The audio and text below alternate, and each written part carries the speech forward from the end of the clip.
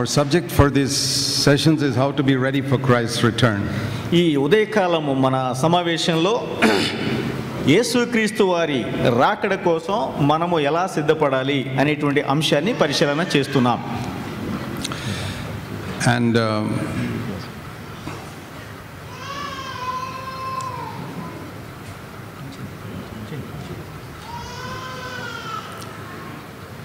And if we pay attention to what you hear, then I believe those who take it seriously can be ready. మనము ఈ సమయంలో దేవుని మాటలు గనక చాలా జాగ్రత్తగా ఆలకించినట్లయితే మన హృదయాలను నిజముగా మనము సిద్ధం చేసుకొనగలము. I believe most Christians will not be ready when Christ comes. నా ప్రగాఢ నమ్మిక ఏంటంటే క్రైస్తవుల్లో చాలామంది యేసు ప్రభువారు వచ్చినప్పుడు సిద్ధంగా ఉండరనేది. And the reason I say that is this.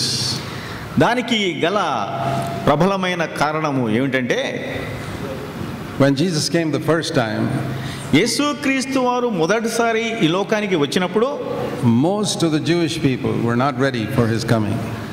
ఆయన మొదటి రాకడ కోసము యూదా ప్రజలు సిద్ధంగా లేరు. Even though they had the Bible, they knew all about his coming, they were not ready for his coming. Bible వారి చేతిలో ఉన్నది, ప్రభువైన యేసు వారి యొక్క మొదటి రాకడకు సంబంధించినటువంటి విషయాలని తెలుసు, అయినప్పుడు కూడాను వారు సిద్ధంగా లేరు. Even the people who preached the word of God were not ready for Christ's first coming. యేసుక్రీస్తు ప్రభువారు, ఆ మాటకు వస్తే ధర్మశాస్త్ర ప్రబోధకులు కూడా యేసు వారి మొదట రాకడకు వారు సిద్ధంగా లేరు. Because even though they knew a lot of things about Christ in their mind, their heart was not ready. యేసు ప్రభువారి మొదటి రాకడకు సంబంధించి వారి హృదయాల్లో ఎంతెంతో సమాచారము, వారి యొక్క మనసులో సమాచారం ఉంది, కానీ వారి హృదయాలు మాత్రం సిద్ధంగా లేవు. So we are living also in such a time.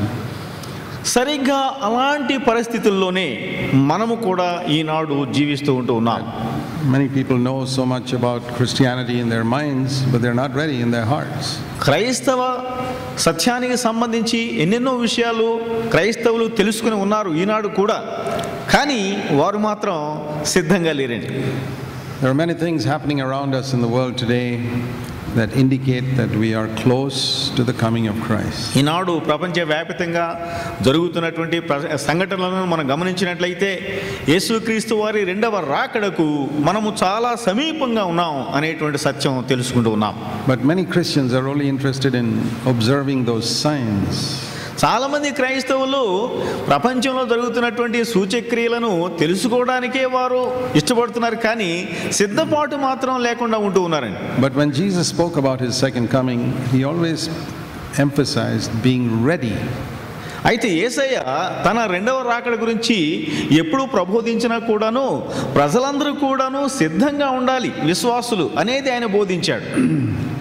And God in his great goodness sent a prophet to Israel to prepare them for the coming of Christ. క్రీస్తు వారి మొదటి రాకడ కోసం ఇశ్రాయేలు ప్రజలందరూ కూడా సిద్ధపడాలని దేవుడు తన యొక్క మహా గొప్ప దయను బట్టి ఒక ప్రవక్తను పంపించాడు అన్నాడు. That was John the Baptist. ఆ ప్రవక్త ఎవరో కాదు, స్నానికుడైనటువంటి యోహాను. And John the Baptist was specially sent to prepare people for the coming of Christ. క్రీస్తు వారి మొదటి రాకడ కోసం ప్రజలందరినీ కూడాను సిద్ధం చేయాలి అనే ఉద్దేశంతో దేవుడు బాప్తిసమిచ్చే యోహానును పంపించి ఉంటూ ఉన్నాడు. He was born just a few months before Jesus was born. యేసు ప్రభువారు పుట్టక మునుపు కొన్ని నెలల ముందరే స్నానికుడైనటువంటి యోహాను కూడాను జన్మించి ఉంటూ ఉన్నాడు. But he started preaching and preparing people for Christ's coming before Jesus started his ministry. అయితే ఆయన పెరిగి పెద్దవాడైన తర్వాత ప్రభువైన యేసు వారు తన పరిచర్యను ప్రారంభించక మునుపు ఆయన ప్రజలందరికీ కూడాను ప్రసంగాలు చేస్తూ ప్రబోధాలు చేస్తూ మీరు ప్రభు రాకడకు సిద్ధపడాలని ఆయన ఉవాచించాడు. the ministry of John the Baptist is very important for us to understand. యేసు ప్రభు వారి మొదటి రాకడకు స్నానికుడైనటువంటి యోహాను చేసినటువంటి ప్రబోధాలు చాలా ప్రాముఖ్యంగా ఉంటున్నాయి. And I'll tell you why. Turn to Luke chapter 1. ఎందుచేతనంటే నేను చెబుతున్నాను, గమనించండి. లూకా సువార్త 1వ అధ్యాయము. The angel appeared to his father Zacharias. జకరయ్యకు దేవదూత ప్రత్యక్షమయ్యాడు తన తండ్రి. And told him about John the Baptist being born. స్నానికుడైనటువంటి యోహాను యొక్క జన్మకు సంబంధించినటువంటి ప్రవచనాన్ని దేవదూత ఆయనకు అందించాడు. And this is how he described him. ఆయన ఈ ప్రవచన వర్ణన ఏ విధంగా చేశాడో గమనించండి. బైబిల్లో 1 verse 15. 1వ అధ్యాయము 15వ వచనంలో మనం చూస్తున్నాం. This boy John will be great in the sight of the Lord. 14, 16 కలిసి ఉన్నాయండి బైబిల్లో. మన తెలుగులో అతడు ప్రభువు దృష్టికి గొప్పవాడై, That's the first thing. He's going to be great in the sight of the Lord. దేవుని దృష్టిలో అతడు చాలా గొప్పవాడుగా ఉండబోతున్నాడు. Anyone who wants to prepare other people for the coming of Christ, క్రీస్తు రాకడకు ప్రజలను సిద్ధం చేయాలని ఎవరైతే నడుం కట్టుకొని నిలబడ్డారో, he must have no desire to be great in the sight of men. ప్రజల దృష్టిలో గొప్పవాడుగా ఉండాలి అనేటువంటి కోరిక అతడు కలిగి ఉండకూడదు. You may be a very ordinary brother or sister. నీవు సాధారణమైనటువంటి ఒక సోదరుడు సోదరిగా ఉండవచ్చు. If you have a desire to be great in the sight of the Lord, then the Lord can use you to prepare others. దేవుని దృష్టిలో నేను గొప్పవాడిగా ఉండాలి అనేటువంటి కోరిక నీకు ఉన్నట్లయితే దేవుడు తప్పకుండా నిన్ను ఒక సాధనంగా వాడుకుంటాడు. And I'll tell you from my observation that 99% of Christians want to be great in the sight of men. అయితే నా పరిశీలనలో తేలినటువంటి సత్యం ఏంటంటే క్రైస్తవ జనాభాలో 99% ప్రజల దృష్టిలో గొప్పవాడు కావాలనే ఆరాటం. Most preachers are like that. చాలా మంది ప్రసంగికులు కూడాను ఈ విధంగానే తయారవి ఉన్నారండి. So that's why they don't tell people about their sin. They tell people what will please the people. ఇక్కడ అందుకోసమనే ఈ ప్రసంగికులందరూ కూడాను ప్రజలు చేస్తూ ఉన్నటువంటి పాపాన్ని గురించి మాట్లాడకుండా వారికి తీయగా ఉండేటువంటి కబుర్లను మాత్రమే చెబుతూ ఉంటూ ఉన్నారు. John the Baptist never preached to please people. స్నానికుడైనటువంటి యోహాను ప్రజలకు ఇష్టమైన ప్రీతికరమైనటువంటి ప్రసంగాలు చేయలేదు. He only had one desire, to be great in the sight of the Lord. దేవుని దృష్టిలో నేను గొప్పవాడిగా ఉండాలి అనేటువంటి ఒకే ఒక కోరిక ఆయన కలిగి ఉంటూ ఉన్నాడు. Of course, he did not get many people to follow him. చాలా మంది ఆయనను జనసమూహాలుగా వెంబడించలేకపోయారు. Most of the people in Israel rejected Christ. ఇశ్రాయేలు ప్రజల్లో ఉన్నటువంటి అధిక జనాభా ప్రజలు యేసు ప్రభు వారిని తృణీకరించి ఉంటూ ఉన్నారు. But John the Baptist prepared a few people. అయితే మరి స్నానికుడైనటువంటి యోహాను కొంతమంది ప్రజలను సిద్ధం చేశాడు. And some of his own disciples became disciples of Jesus Christ. ఆ మాటకొస్తే తనకు శిష్యులుగా ఉన్నటువంటి కొందరు ఆ తర్వాత కాలంలో క్రీస్తు ప్రభు వారికి కూడాను శిష్యులుగా మారిపోయారు. And it says in verse 16, he will turn back many of the sons of Israel to the Lord their God. 16. He will turn many of the sons of Israel to the Lord. 14, I am reading.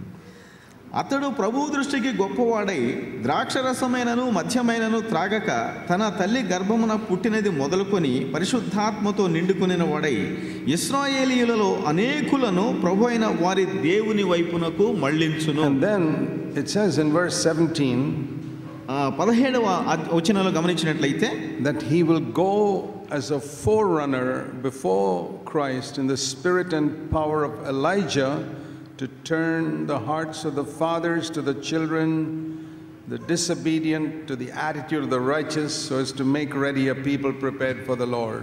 17వ వచనం, మరియు అతడు తండ్రుల హృదయములను పిల్లల తట్టునకును అవిధేయులను నీతిమంతుల జ్ఞానము అనుసరించుటకును త్రిప్పి ప్రభువు కొరకు ఆయత్తపడి ఉన్న ప్రజలను సిద్ధపరచుటకై ఏలియా యొక్క ఆత్మయు శక్తియు గలవాడై ఆయనకు ముందుగా వెళ్ళును గనుక నీకు సంతోషమును మహా ఆనందమును కలుగును. అతడు పుట్టినందున అనేకులు సంతోషింతురు. So his ministry was, as written in that verse, to make ready a people for the Lord. కనుక ప్రభువు రాకడ కోసము, మొదటి రాకడ కోసం ప్రజలను సిద్ధము చేయడము ఆయన యొక్క బాధ్యత అయి ఉంటున్నది.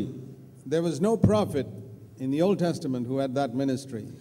ఆ సమయంలో, పాత నిబంధన కాలంలో ఆ సమయంలో ప్రవక్తలు లేరు who had this ministry.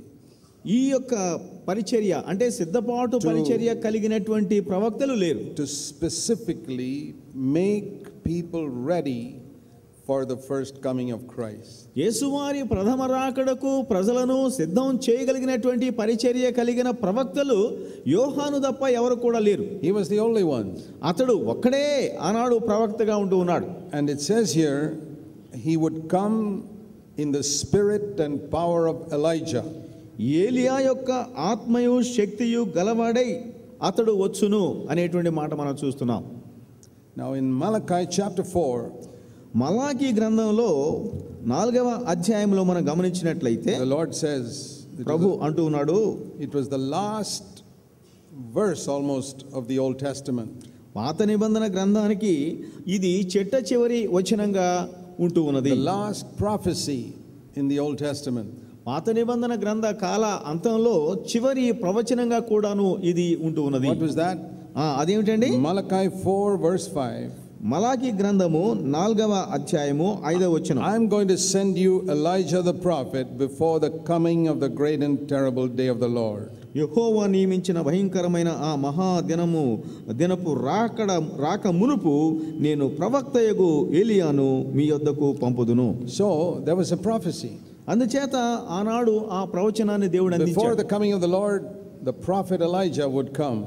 కనుక దేవుని యొక్క రాకడ ముందర ఈ ఏలియా ప్రవక్త వస్తాడు. It doesn't mean the real prophet Elijah who lived 1,000 years earlier. అంతకు మునుపు 1000 సంవత్సరాల క్రితము జీవించినటువంటి ఏలియా సశరీరముగా రాకపోవచ్చు కానీ, but like we read in Luke, someone who would come in the spirit and power of Elijah. ఈ లూకా సువార్తలో మనం గమనించిన రీతిగా ఏలియా ఆత్మ శక్తిని సంతరించుకొని వస్తాడు. That was John the Baptist. అతడు ఎవడయ్యా అంటే బాప్తిస్మం ఇచ్చేటువంటి యోహాను. And what was his ministry? తన పరిచర్య ఏమిటి? To prepare people for the coming of Christ. క్రీస్తు రెండవ రాకడ కోసం ప్రజలను సిద్ధం చేయడం. Now I want you to turn to Matthew chapter 11. మత్తయి సువార్త 11వ అధ్యాయాన్ని దయచేసి మీరు గమనించాలని మనవి చేస్తున్నాను. And then you will understand how this, all that I have said so far, applies to you and me. ఇప్పటివరకు నేను చెప్పినటువంటి విషయాలన్నీ కూడాను నీకు నాకు అవి ఎలా అన్వయిస్తూ ఉన్నాయో సరిపోతున్నాయో మనం చూద్దాం. I'm not talking about the first coming of Christ, that's over. We are talking about the second coming of Christ now. క్రీస్తు వారి మొదటి రాకడ గురించి మనం ఎక్కువగా మాట్లాడుకోవాల్సిన అవసరం లేదు, అయిపోయింది. మనం రెండవ రాకడ కోసం సిద్ధంగా ఉన్నాం. But I'm telling you what we can learn from the ministry of John the Baptist. అయితే ఇప్పుడు స్నానికుడైన యోహాను పరిచర్యలో నుంచి మనం ఏమి నేర్చుకోగలమో మనం చూద్దాం. So here in Matthew chapter 11, మత్తయి సువార్త 11వ అధ్యాయంలో we read here about Jesus describing John the Baptist in verse 11 as the greatest human being ever born. యేసు ప్రభువారు ఈ వచనంలో యోహాను గురించి మాట్లాడుతూ ఈ మానవాళిలో జన్మించిన మానవాళిలో ఇతడి కంటే గొప్పవాడు లేడు అని చెప్పని. That's in Matthew 11 verse 11. 11వ అధ్యాయంలో 11వ వచనంలో మనం ఆ సత్యాన్ని చూస్తున్నాం. And then he said, ఆ తర్వాత ఆయన అంటూ ఉన్నాడు. now this is the verse which is very very important. చాలా ప్రాముఖ్యమైనటువంటి వచనం అండి ఇది. He said to the Jewish people, ఈ యోనా ప్రజలతో ప్రభు అంటూ ఉన్నాడు. verse 14, 14వ వచనములో, if you will accept him, as then he is the Elijah who is to come. ఈ సంగతిని అంగీకరించుటకు మీకు మనసుంటే రాబోవు ఏలియా ఇతడే. So Jesus was referring to that prophecy in Malachi 4. Malachi 4లో మనం చూసినటువంటి ప్రవచనాన్ని ప్రభువారు ఇక్కడ ప్రస్తావిస్తూ ఉన్నాడు. But there was a condition. అయితే కూడా ఒక షరతు ఉంది. If you Jewish people accept John the Baptist and his message, యోధా ప్రజలైనటువంటి మీరు ఏలియాను యోహానును ఆయన యొక్క పరిచర్యను మీరు అంగీకరించి ఉన్నట్లయితే, then he is Elijah. ఆయన ఏలియా అనేటువంటి సత్యాన్ని మీరు తెలుసుకుని But did the Jewish people accept John the Baptist's message? అయితే ఆనాడు ఈ యొక్క యోహాను సందేశాన్ని యోధా ప్రజలు అంగీకరించారా? No. అంగీకరించలేదు. They rejected him, they killed him. ఆయనను తృణీకరించడం మాత్రమే కాకుండా చంపివేశారండి. So that means దాని అర్థం ఏంటి? he was not the Elijah who was to come. రాబోతున్నటువంటి ఏలియా ఆయన కాదు. Because the condition Jesus said was, if you accept him, then he is that Elijah. అతని సందేశాన్ని మీరు అంగీకరించినట్టయితే అతడే ఏలియా. If you don't accept him, then he's not that Elijah.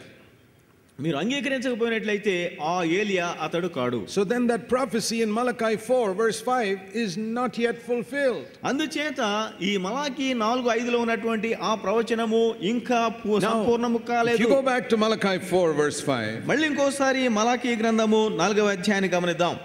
what did the Lord say? ఇక్కడ ప్రభు ఏం చెబుతున్నాడు? No word from God can ever fail. దేవుని నోట నుండి వెలువడే ఏ మాట కూడాను తప్పిపోదు. Every word in scripture will be fulfilled. లేఖనములలో ప్రవచించబడిన ప్రతి మాట కూడా నెరవేరుతుంది. And here is a word that is not fulfilled when John the Baptist came. అయితే ఈ యొక్క బాప్తిస్మిచ్చే యోహాను వచ్చినప్పుడు ఈ వచనము నెరవేరలేదు. Because Jesus said that will be fulfilled only if you accept him. మీరు అంగీకరిస్తేనే ఆ ప్రవచనము నెరవేరినట్లు. So they didn't accept him, so the word was not fulfilled. కనుక వారు అంగీకరించలేదు కాబట్టి ఆ ప్రవచనము నెరవేరలేదు. What is the word? అయితే ఆ వచనం ఏమిటి? Verse 5, 5వ వచనం. I am going to send you Elijah the prophet before the coming of the great and terrible day of the Lord. యెహోవా నియమించిన భయంకరమైన ఆ మహాదినము రాకమునుపు నేను ప్రవక్తయగు ఏలియాను మీ యొద్దకు పంపుదును. Now when Jesus came the first time, అయితే ప్రభువైన యేసు వారు మొదటిసారి వచ్చినప్పుడు that was not the great and terrible day of the Lord. యెహోవా నియమించిన భయంకరమైన దినము అది కాదు. The great and terrible day of the Lord will be when he comes the second time. రెండవసారి ప్రభువైన యేసు వారు వచ్చినప్పుడు ఆ భయంకరమైన దినముగా ఉండబోతుంది. When he's going to come with judgment. అయితే ఆయన వచ్చినప్పుడు ఆ తీర్పు కోసం వస్తాడండి. When he will come not as a little baby but as King of Kings and Lord of Lords. ఒక చిన్న శిశువుగా ఈ లోకములోకి రాడు. రెండవసారి రాజుల రాజుగా ప్రభువుల ప్రభువుగా ఆయన రాబోతున్నాడు. Now if the Israelites had accepted John the Baptist, నాడు ఇశ్రాయేలు ప్రజలు గనక బాప్తిస్మిచ్చే యోహానును గనక అంగీకరించి ఉన్నట్లయితే things may have been different. ఆనాడు బహుశా పరిస్థితులు వేరుగా ఉండేవేమో. But now అయితే ఈనాడు we know the great and terrible day of the Lord is in future, still to come. యెహోవా నియమించినటువంటి ఈ భయంకరమైన దినము భవిష్యత్తులో ఉన్నట్టు మనందరికీ కూడా తెలుసు. And so here is a prophecy. ఇక్కడ ప్రవచనము ఉన్నది గమనించండి. I am going to send you someone in the spirit and power of Elijah before that day. ఆ దినమునకు ముందు ఏలియా ఆత్మ శక్తి కలిగినటువంటి వ్యక్తిని పంపిస్తాను. That was not John the Baptist. అతడు బాప్తిస్మిచ్చే యోహాను కాదు. Who is that going to be? అతడు ఎవరండి? Because that prophecy has to be fulfilled. ఎందుకంటే ఈ యొక్క ప్రవచనము నెరవేరాలి. Now I want to tell you something about old covenant prophets, about the old covenant and the new covenant. ఇప్పుడు ఈ సమయంలో పాత నిబంధన క్రొత్త నిబంధన మధ్యలో ఉన్నటువంటి వ్యత్యాసాన్ని చెప్తాను. In the old covenant, the prophet was always one person. ఈ పాత నిబంధనలో గమనించినట్లయితే ప్రవక్త అనేవాడు ఎప్పుడు కూడాను ఒక్కడిగానే ఉండేవాడు. You read, all of them were individuals. Isaiah, Jeremiah, even John the Baptist. యొక్క మరి యెషయా గాని ఇర్మియా గాని లేకుంటే యోహాను గాని వీరందరూ కూడాను ఒక వ్యక్తిగా ఉన్నారు. But after the day of Pentecost, అయితే పెంతెకోస్తు దినము తర్వాత there was a big change. అక్కడ కొంత అక్కడ మార్పు అనేది కనబడుతుంది. That after that day, God is not working only through individuals. ఆ దినము తర్వాత దేవుడు ఒక ప్రవక్త ద్వారా మాత్రమే పని చేయడం లేదు, కానీ He works through a group of people called the church. సంఘము అనేటువంటి ఒక సమూహముతో ఆయన పని చేస్తూ ఉన్నాడు. If they are really pure and united. నిజముగా వారు పవిత్రంగా ఉండి సమైక్యముగా గనక ఉన్నట్లయితే, and that is called the body of Jesus Christ. ఆ సంఘమునే యేసుక్రీస్తు శరీరముగా వాక్యము And చెబుతుంది. in Ephesians 2, that is called one new man. ఇక్కడ ఎఫెసీ 2వ అధ్యాయంలో గమనించినట్లయితే ఈ సంఘాన్ని ఆయన చెబుతూ ఉన్నాడు, ఒక నూతన పురుషుడు లేక వ్యక్తి. See Ephesians chapter 2. ఎఫెసీలకు రాసిన పత్రిక 2వ అధ్యాయం గమనించండి. Ephesians chapter 2 we read, ఎఫెసీలకు రాసిన పత్రిక 2వ అధ్యాయంలో మనం చూస్తూ ఉన్నాం, the Jews and the Gentiles who were separated for many centuries. ఈ యొక్క యూదా ప్రజలు కానీ అన్య జనాంగము కానీ ఎన్నెన్నో శతాబ్దాలుగా వేరువేరుగా ఉన్నారు. It says here when Jesus died on the cross, అయితే ప్రభువైన యేసు వారు సిలువలో మరణించినప్పుడు he abolished the enmity between these people. ఈ అన్య జనాంగానికి యూద జనాంగానికి మధ్యలో ఉన్నటువంటి శత్రుత్వాన్ని కొట్టివేశాడు. And on the cross, అయితే సిలువలో when he stretched out his hands, తన చేతులు చాచినప్పుడు he was bringing both these groups together. ఈ రెండు సమూహాలను గుంపులను ఒకటిగా చేస్తూ ఉన్నాడు. And it says in Ephesians 2:15, ఎఫెసీ 2:15లో మనం గమనిస్తున్నాం, he made these two people into one new man. ఈ ఇరువురిని కూడాను ఒక నూతన పురుషునిగా చేస్తూ ఉన్నాడు. Who are these two? ఈ రెండు గుంపుల వాళ్ళు ఎవరు? The two greatest opposites in the world. ఈ లోకములో ఈ రెండు గుంపులు బద్ధ విరోధులుగా ఉంటున్నారు. If in our Indian villages you can understand this situation. మన భారతీయ గ్రామీణ ప్రాంతాల్లో ఈ వ్యత్యాసము మీకు స్పష్టంగా కనబడుతుంది. You know, there are high caste and low caste people. అగ్రవర్ణమని తక్కువ జాతి వారని, And you know they can never come together. ఈ అగ్రవర్ణం తక్కువ జాతిని కలపాలంటే మాత్రం దుస్సాధ్యం. If there's any village in India where that happens, that will be a miracle. ఏ భారతదేశంలో ఏ గ్రామంలో అయినా సరే ఈ సమానత్వం కనుక ఉన్నట్లయితే అది నిజంగా అద్భుతమైన సంఘటనే. The distance between high caste and low caste is so great. ఈ అగ్రవర్ణం వారు తక్కువ జాతి వారు మధ్యలో ఉన్నటువంటి వ్యత్యాసము ఒక పెద్ద మహా అగాధంగా ఉంది.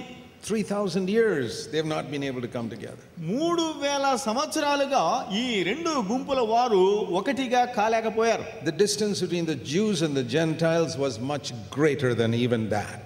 తర్వాత ఈ యొక్క యూద జనాంగానికి అన్య జనాంగానికి మధ్యలో ఉన్నటువంటి వ్యత్యాసం కూడా చాలా మహా అగాధంగా ఉంది. Among all human beings, very often there is a distance between people. ఈ మానవాళిలో ఎక్కడైనా సరే ఒకరికి మధ్యలో ఎంతో వ్యత్యాసము కనబడుతుంది. Even husbands and wives who are supposed to be one, they have fights with each other. భార్య భర్తలు ఇద్దరు కూడాను ఏక శరీరంగా ఉండాలి, అయినా కానీ వారి మధ్యలో కూడా పొరపచ్చాలు కొట్లాటలు. Even though they live in the same house. వారు ఒకే గృహంలో నివాసం చేస్తూ ఉన్నప్పటికీ people say, oh, in America they divorce their husbands and wives.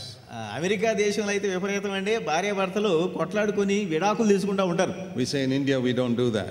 అయితే భారతదేశంలో మాత్రం విడాకులు తీసుకోవడం జరగదు. But do you think the Indian marriages are happier than those marriages? అయితే మరి అమెరికాలో ఉన్నటువంటి వైవాహిక జీవితాల కంటే భారతదేశంలో ఉన్న వైవాహిక జీవితాలు సంతోషంగా ఉన్నాయంటారా? There they fight and separate, here they fight and stay together. That's the only difference. అక్కడేమో కొట్లాడుకొని విడిపోతున్నారు, ఏడేమో కొట్లాడుకొని ఒకే కప్పు కింద నివాసం చేస్తున్నారు. Because there they can afford to rent two separate houses. Here we can't afford to rent two separate houses. That's all. అక్కడేమో వారు విడిపోయి రెండు ఇళ్ళు అద్దెకు తీసుకొని ఉండగలుగుతారు, ఇక్కడేమో కొట్లాడుకొని రెండు ఇళ్ళు అద్దెకు తీసుకోలేరు కాబట్టి ఒక ఇంట్లోనే. Even Christian husbands and wives fight.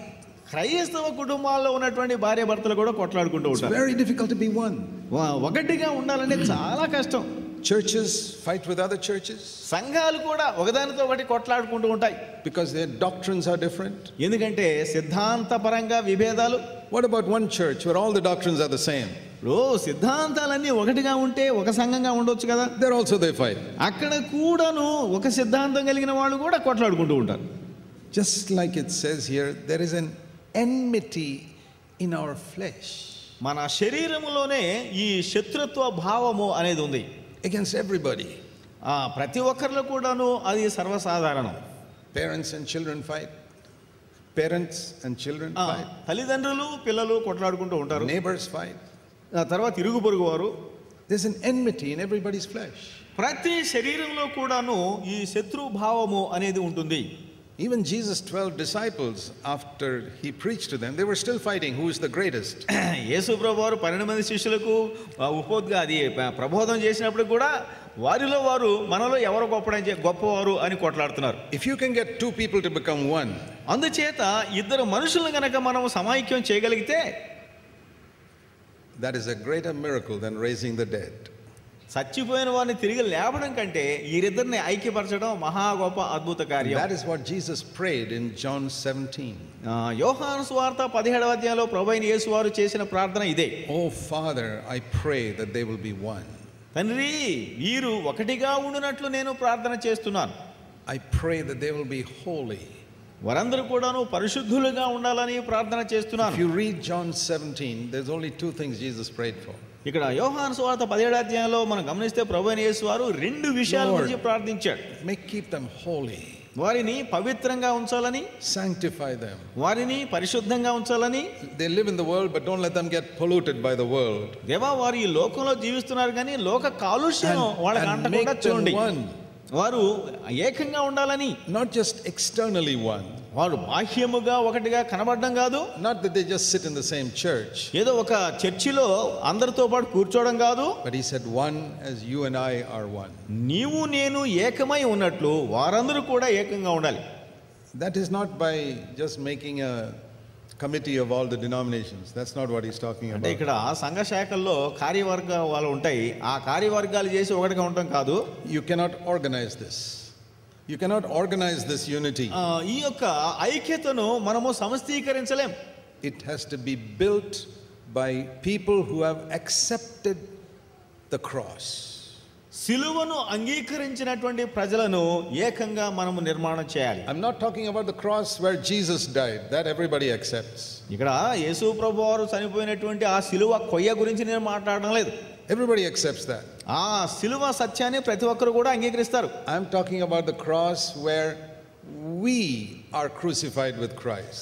క్రీస్తుతో మనము సిలువ వేయబడినటువంటి అనుభవాన్ని గురించి నేను మాట్లాడుతున్నాను. Those who accept that cross, ఆ సిలువ అనుభవాన్ని ఎవరైతే అంగీకరిస్తున్నారో, take up their cross every day. వారు ఆ సిలువను ప్రతి దినము ఎత్తుకొని, every day, ప్రతిరోజు ఎత్తుకొని మోసేవారు, crucified with Christ. క్రీస్తుతో సిలువ వేయబడినటువంటి వారు. Such husbands and wives will be one. అలాంటి క్రైస్తవ భర్త గాని భార్య గాని ఐక్యంగా ఉండగలుగుతారు. Such people, if they are Jew and Gentile, they'll be one. ఇక్కడ మరి యూదులైనా సరే అన్యజనాంగమైన ఒకటిగా ఉంటారు. If they are high caste or low caste, they'll be one. అగ్రవర్ణమైన తక్కువ జాతి అని కూడా ఒకలుగా ఉంటారు. Because on the cross the enmity is destroyed. ఎందుకంటే సిలువలో ఆ శత్రుత్వం అనేది కొట్టివేయబడింది. That's what we read in Ephesians 2:15. ఎఫెసీ 2వ అధ్యాయం 15 వచనంలో అది మనం చదువుతాం. And when God can gather together a few people like this, ఇటువంటి ఐక్య అనుభవం కలిగిన కొద్ది మందిని దేవుడు ఒక చోట చేర్చగలిగితే. Now today many Christians are impressed by basically 2 or 3 things. ముఖ్యంగా మరి 2-3 విషయాల గురించి. One is a large church. కొంతమంది ఏం చేస్తారంటే పెద్ద విశాలమైన సంఘం కాదు. We have 20,000 people in our church. మా సంఘంలో 20,000 మంది ఉన్నారండి. People are impressed by that. చాలా పెద్ద సంఘం అండి. 3 lakhs people came to my meeting. ఇదిగో నేను సభ పెట్టానండి, 3 లక్షల మంది వచ్చారండి. That's the first thing a lot of people are impressed by today. ఇంత పెద్ద సభ అని చెప్పని చాలా మంది, large numbers. పెద్ద పెద్ద జన సమూహాలు వస్తే గొప్ప. God has never been interested in that. దేవునికి అటువంటి జన సమూహాల మీద ఎక్కువగా మక్కువ లేదు. Do you know that Jesus said in Matthew 7, the way to life is narrow and very few find it? యేసు ప్రభువారు మత్తయి 7వ అధ్యాయంలో చెప్పారు, ఆ యొక్క జీవానికి వెళ్ళేటువంటి మార్గము ఇరుకు. How can and very few find it? ఆ ఇరుకు మార్గంలో వెళ్ళేవాళ్ళు చాలా తక్కువ మంది. So how can you have great crowds if very few are finding this narrow way? కనుక ఇరుకు మార్గాన్ని కనుగొని వెళ్ళేవాళ్ళు తక్కువ మంది అంటే. So but Jesus said great crowds will go along the broad way. అయితే ప్రభువైన యేసు వారు చెప్పారు విశాల మార్గం ఉంది, అందులో ప్రవేశించేవారు అనేకులు. And the second thing, రెండవది, that many Christians now are impressed by, ఈ క్రైస్తవులకు దేని మీద శ్రద్ధ ఉందంటే రెండవదిగా, is physical miracles. ఈ శరీరములో అద్భుత కార్యాలు జరగాలి. They are not interested in holiness of life, పరిశుద్ధ జీవితం అంటే మాకు అక్కర్లేదు, but miracles of healing. మాకు స్వస్థత కార్యాలు కావాలండి. Which is more important? అయితే ఏది మనకు ప్రాముఖ్యము? Let me ask you a question. మిమ్మల్ని ఒక ప్రశ్న అడుగుతున్నాను. Will sin send you to hell or will sickness send you to hell? ఇక్కడ నీవు నరకానికి వెళుతున్నావంటే పాపాన్ని బట్టి వెళుతున్నావా, లేకుంటే నీకున్న రోగాన్ని బట్టి వెళుతున్నావా? Tell me which sickness can send you to hell. నరకానికి పంపించేటువంటి రోగము ఏదైనా ఉంది అంటే చెప్పండి నాకు. Even AIDS cannot send you to hell. AIDS అనేటువంటి మహమ్మారి కూడాను నిన్ను నరకానికి పంపించలేదు. I have met people who had AIDS and then got converted and were born again and died of AIDS. ఈ ఎయిడ్స్ వచ్చినటువంటి వాళ్ళు చాలా మంది మారు మనసు పొందారు, క్రొత్త జన్మ వచ్చింది, తర్వాత ఎయిడ్స్ని బట్టి చనిపోయారు కూడా వాళ్ళు. They didn't go to hell.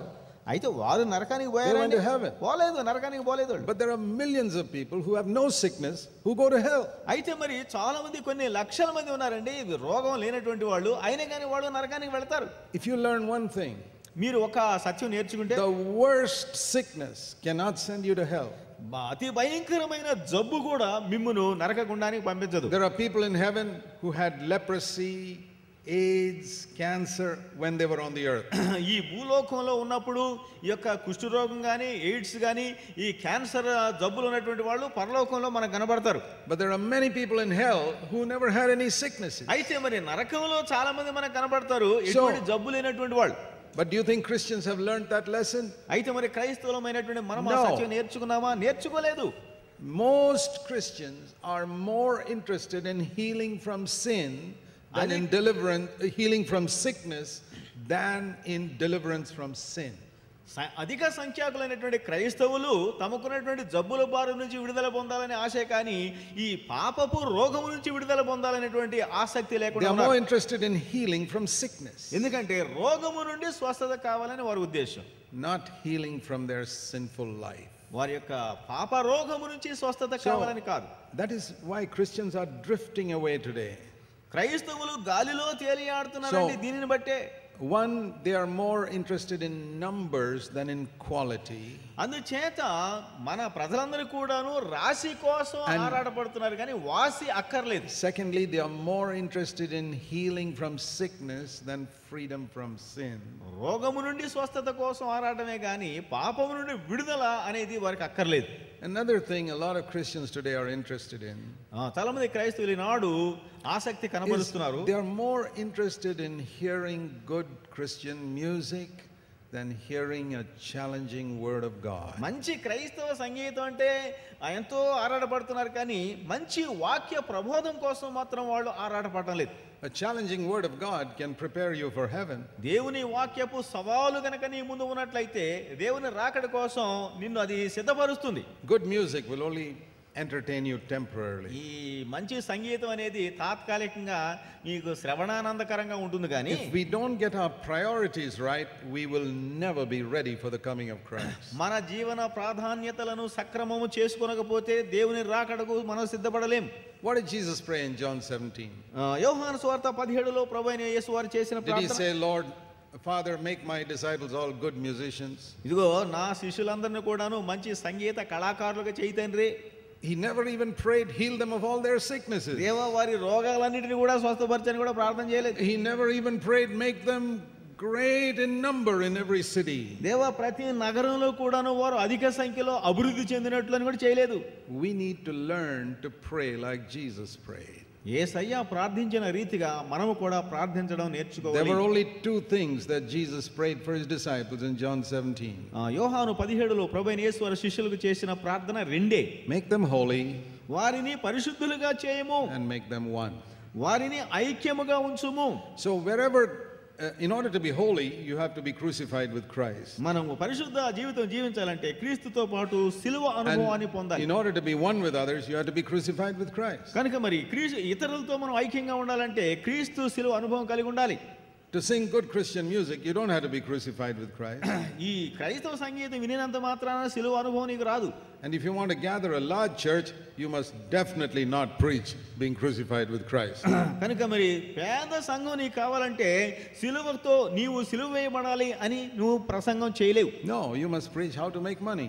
ఆయన ఎందుకంటే ఎక్కువ మంది వస్తే డబ్బు ఎక్కువ వస్తుంది దండిగా. You must preach that God will bless you with material things. ఎందుకంటే ఆ విధంగా నీకు భౌతిక పరమైనటువంటి వస్తు వాహనాలు పెరిగిపోతూ ఉంటాయి. Well, who in the world is not interested in getting material things? మరి భౌతిక వస్తు వాహనాలు అంటే ఎవరికి ఇష్టం లేదంటారు? Every businessman will join your church. ఎందుకంటే ప్రతి వ్యాపారి కూడా వస్తాడు నీ సంఘానికి.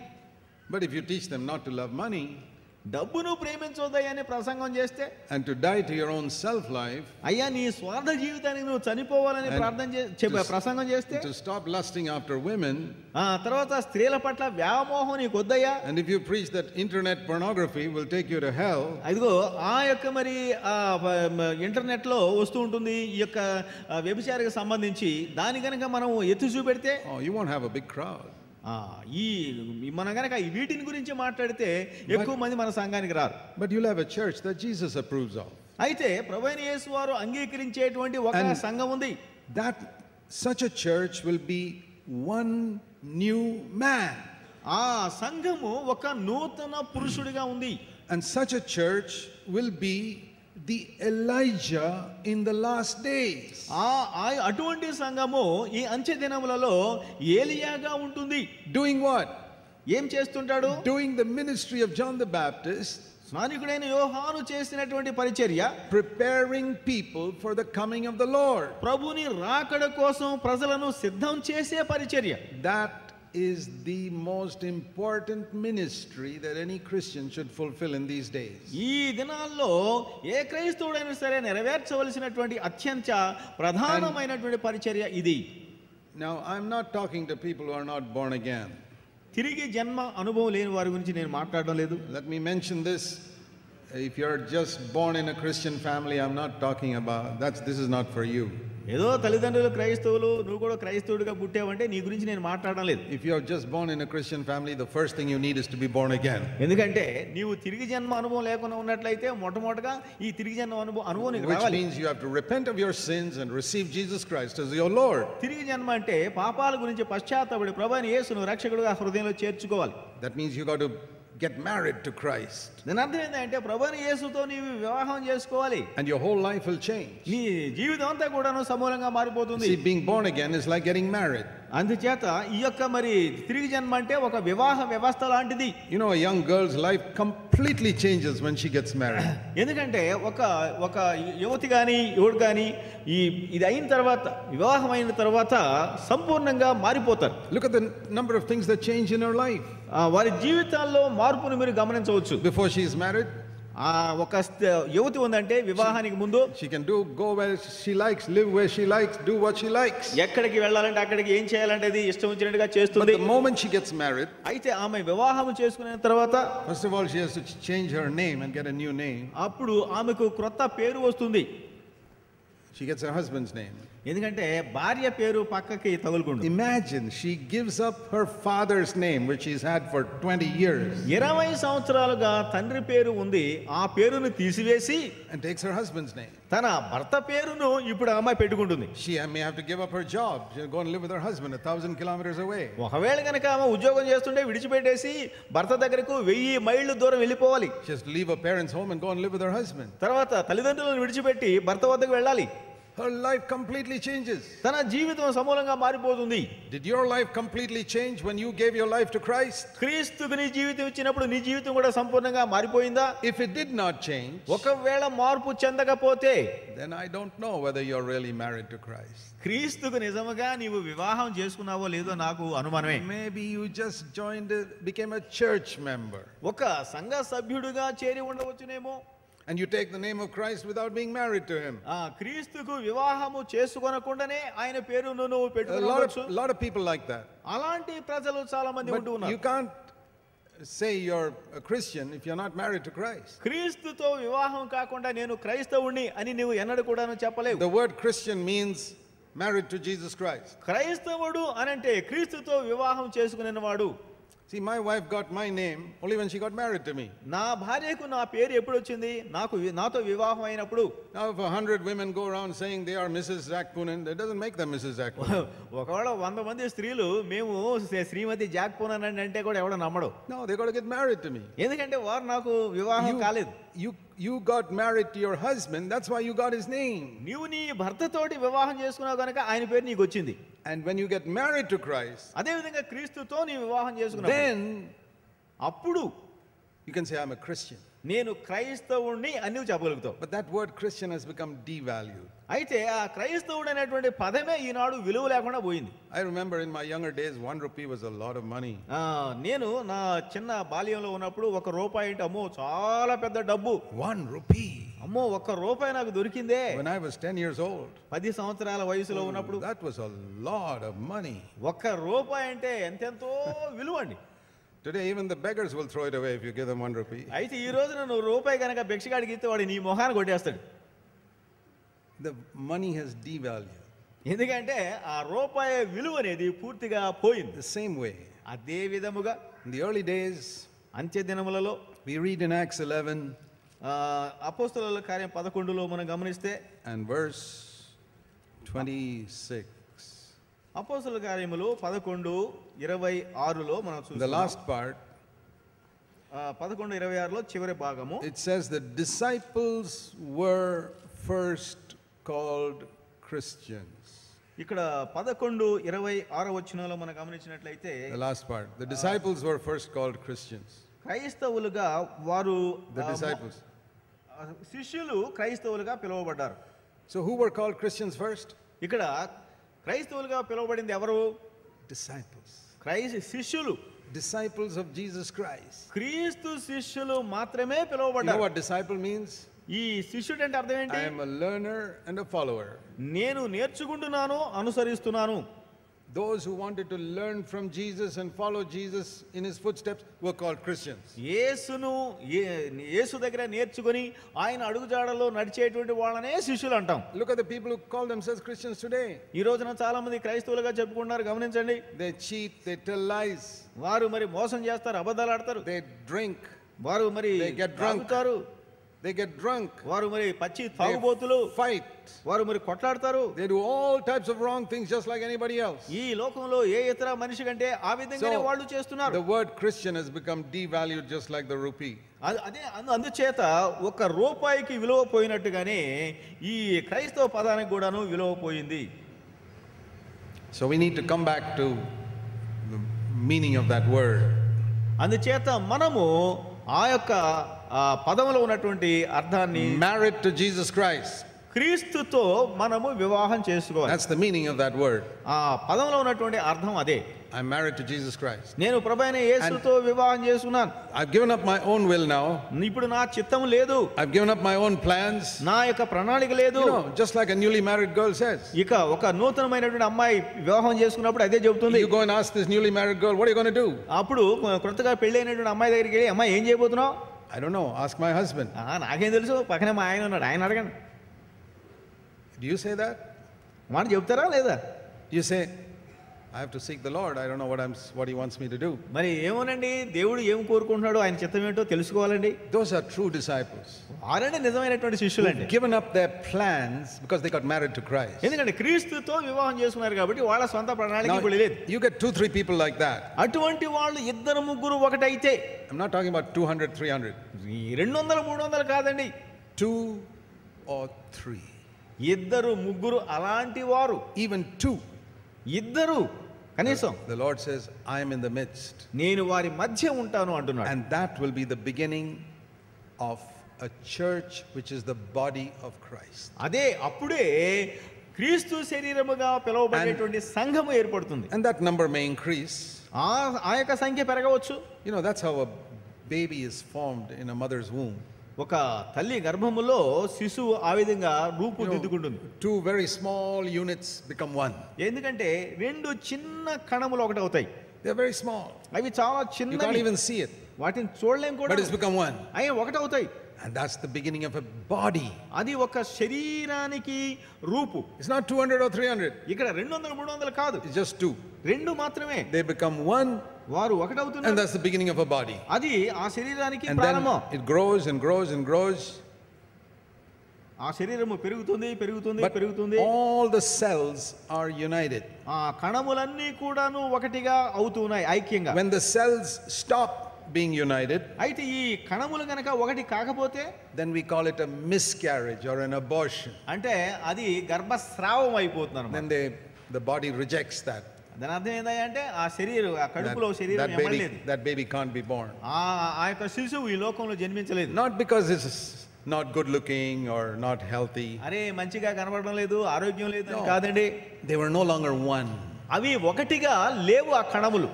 In a mother's womb, when all the cells are not one, it's not a body. అందుచేత తల్లి గర్భములో కణములన్నీ కూడా ఒకటిగా లేకపోతే దానిని శరీరంగా పిలవలేము. It's a miscarriage. అది ఆ స్రావం అయిపోతుంది. And I tell you, most churches in the world today are miscarriages. అదే విధంగా ఈ లోకంలో ఎన్నో సంఘాలు ఉన్నాయి, అవన్నీ కూడాను స్రావం అయిపోతూ ఉన్నాయి. Why?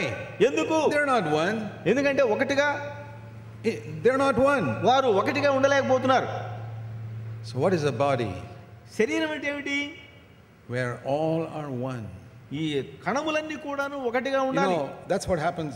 You see what happens when a person dies. ఒక వ్యక్తి చనిపోయినప్పుడు కూడా మేము అదే చూస్తాం. As long as you and I are alive, నీవు నేను జీవించినంత కాలం all our cells are united. మన శరీర కణములన్నీ కూడాను ఐక్యంగా ఉన్నాయి. But the moment somebody dies, అయితే ఒక వ్యక్తి మరణించినప్పుడు everything starts separating. ఎంత కూడాను విడివడిపోతూ ఉంటుంది. In a few years, it's completely separated, become dust. కొంత సమయం అయిపోయిన తర్వాత సంపూర్ణ You don't expect to go to a cemetery and see a body buried 1 year ago still united.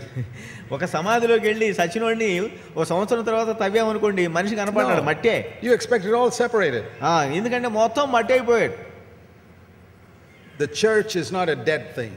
అయితే సంఘము అనేది మృతతుల్యమైనది The కాదు. true church of Jesus Christ may be small, but is living. క్రీస్తు సంఘము, సత్యమైన సంఘము చిన్నదే కావచ్చు కానీ జీవించి ఉంది. When it's living like your body, the cells are all united. అది జీవించి ఉన్నప్పుడు నీ శరీరం లాగానే అది కూడా కణ సభ్యులందరూ ఒకటిగా ఉంటారు. That's called a new man. అతన్ని ఏమంటున్నారంటే నూతన పురుషుడు. One new man. ఒక్క నూతన పురుషుడు. There may be hundreds and thousands of people or 10 people. అక్కడ మరి 10 మంది ఉన్నారా లేకుంటే వేల కొలది వందల కొలది ఉన్నారా? The main thing is they are holy and they are one. వారందరూ కూడాను పరిశుద్ధంగా ఉన్నారు, ఐక్యంగా ఉన్నారు. And that is what the Lord is preparing in these days to be his Elijah. ఈ దినములలో అలాంటి సంఘమును దేవుడు ఏలియాగా సిద్ధం చేస్తూ ఉన్నాడు. So the last Elijah is not going to be one person. అందుచేత ఈ అంత్య దినాల్లో ఉన్నటువంటి ఏలియా అంటే ఒక్కడు కాదు. It's going to be the church, the one new man. ఒక నూతన పురుషుడుగా ఉన్నటువంటి సంఘము. And what is the function of this one new man? ఈ నూతన పురుషుడి యొక్క పరిచర్య ఏమిటి? What did the Lord say? ప్రభు ఏం చెప్పాడు? I will send Elijah before the great and dreadful day of the Lord. యెహోవా నియమించినటువంటి భయంకరమైన దినానికి ముందు నేను ఏలియాను పంపిస్తాను. His ministry is going to be the same as John the Baptist. స్నానికుడైన యోహాను చేసిన పరిచర్య ఈయన చేస్తాడు. Like the angel Gabriel told Zacharias. ఇక్కడ గాబ్రియేలు దూత జకర్యాతో చెప్పాడు. He will make people ready for the coming of the Lord. ప్రభుని రాకడ కోసము ప్రజలను సిద్ధం చేస్తాడు. Any true servant of God will have that spirit. దైవజనుడు అనేటువంటి ఎవరైనా సరే అటువంటి ఆత్మను కలిగి ఉంటాడు. I don't want to make people rich. ప్రజలను ధనవంతులు చేయడం కాదు. I'm not even interested in making them healthy. వారు ఆరోగ్యంగా ఉండడం అనేది ముఖ్యం కాదు. That's not number one priority. అది ప్రథమ ప్రాధాన్యత కాదు. My number one priority is to get them to be ready for the coming of Christ. క్రీస్తు రాకడ కోసం వారందరిని సిద్ధం చేయడమే. So that's the only type of church that's fulfilling God's ministry on earth today. అటువంటి సంఘం మాత్రమే ఈ భూమి మీద దేవుని చిత్తాన్ని నెరవేరుస్తుంది. Those are the only servants of God who are doing God's will today on earth. అలాంటి పరిచర్య చేసే వాళ్ళనే దైవజనులు, సేవకులు అని మనం పిలవాలి. Do you think we are preparing people for the coming of the Lord by helping them to get a better car or a better house? ఒక మంచి కారు, ఒక మంచి గృహం కొనడంలో సహాయం చేయడం ద్వారా వారిని రాకడ కోసం సిద్ధం చేస్తున్నామా? You can't even get them ready for the coming of the Lord by making them healthy. అదే విధంగా వారిని ఆరోగ్యప్రదం చేయడం ద్వారా కూడా నువ్వు రాకడ కోసం సిద్ధం చేయలేం. You can prepare them for the coming of the Lord if you make them holy. వారందరిని కూడా పరిశుద్ధంగా చేయగలిగితే రాకడ కోసం సిద్ధం చేస్తాం. This is the ministry of the church. సంఘానికి ఉన్నటువంటి ఏకైక పరిచర్య ఇదే. That's what we want to think about today and tomorrow. ఈ రోజు రేపు ఈ అంశం మీద సుదీర్ఘంగా పరిశీలన And చేద్దాం. if you take this seriously, దీని గనక మీరు చాలా సునిశ్చితంగా తీసుకుంటే it will be the most important message you ever heard in your whole life. నీ జీవితం అంతటిలో కూడాను ఇది చాలా ప్రాముఖ్యమైనటువంటి సత్యంగా And నిలవబోతుంది. then God can use you అప్పుడు మాత్రమే దేవుడు నిన్ను వాడుకుంటాడు. prepare other people. ఇతర ప్రజల కోసం నిన్ను వాడుకుంటాడు. You don't have to be some great gifted person. నీవు ఏదో మంచి ప్రతిభా పాఠవాలు కలిగిన వాడుగా ఉండక్కర్లేదు. Every member of the body of Christ can fulfill this function. క్రీస్తు శరీరంలో ఉన్నటువంటి ప్రతి సంఘ సభ్యుడు కూడాను ఈ పరిచర్య చేయగలుగుతాడు. Let's pray. ప్రార్థన చేద్దామండి. I want you to bow your heads for a moment మీరందరూ కూడాను తలలు వంచి కళ్ళు మూసుకొని ప్రార్థనలో ఉండండి. and say, Lord, please prepare my heart to hear your word in these days. దేవా, ఈ దినాల్లో నీ వాక్యాన్ని వినడానికి కావలసినటువంటి ఆ ఆత్మను హృదయాన్ని దయచేయి. I want to hear a word from you to my heart. దేవా, నీ వాక్యము నా హృదయానికి తాకాలి. I know this is important for me. నాకు ఇది చాలా ప్రాముఖ్యము. This is the most important thing I need to hear in this time. ఈ సమయంలో నేను దీని గురించి వినవలసినటువంటి ప్రాధాన్యత ఎంతో ఉంది. This is your message for this time. దేవా, ఈ సమయానికి ఇది నీ సందేశమై ఉంటున్నది. Help me to have ears to hear వినడానికి చెవులను దయచేయము, and to obey. లోబడ్డానికి సహాయం చేయము. Change my life during this weekend దేవా, మరి ఈ యొక్క వారాంతంలో నా జీవితాన్ని మార్చివేయి. and turn my life around దేవా, నా జీవితాన్ని సంపూర్ణముగా మార్చివేయి. and make me a different person నన్ను పూర్తిగా మార్పు చెందిన మనిషిగా చేయి. with a different set of values.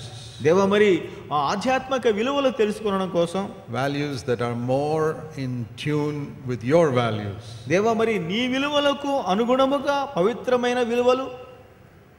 I want Jesus Christ to be Lord of my life. యేసు నా జీవితానికి ప్రభువుగా ఉండగోరుతున్నాను. Thank you, Lord, for hearing me. దేవా, నా ప్రార్థన ఆలకించావు, నీకు In వందనములు. Jesus' name, యేసు నామములో ప్రార్థిస్తున్నాను. amen. ఆమేన్.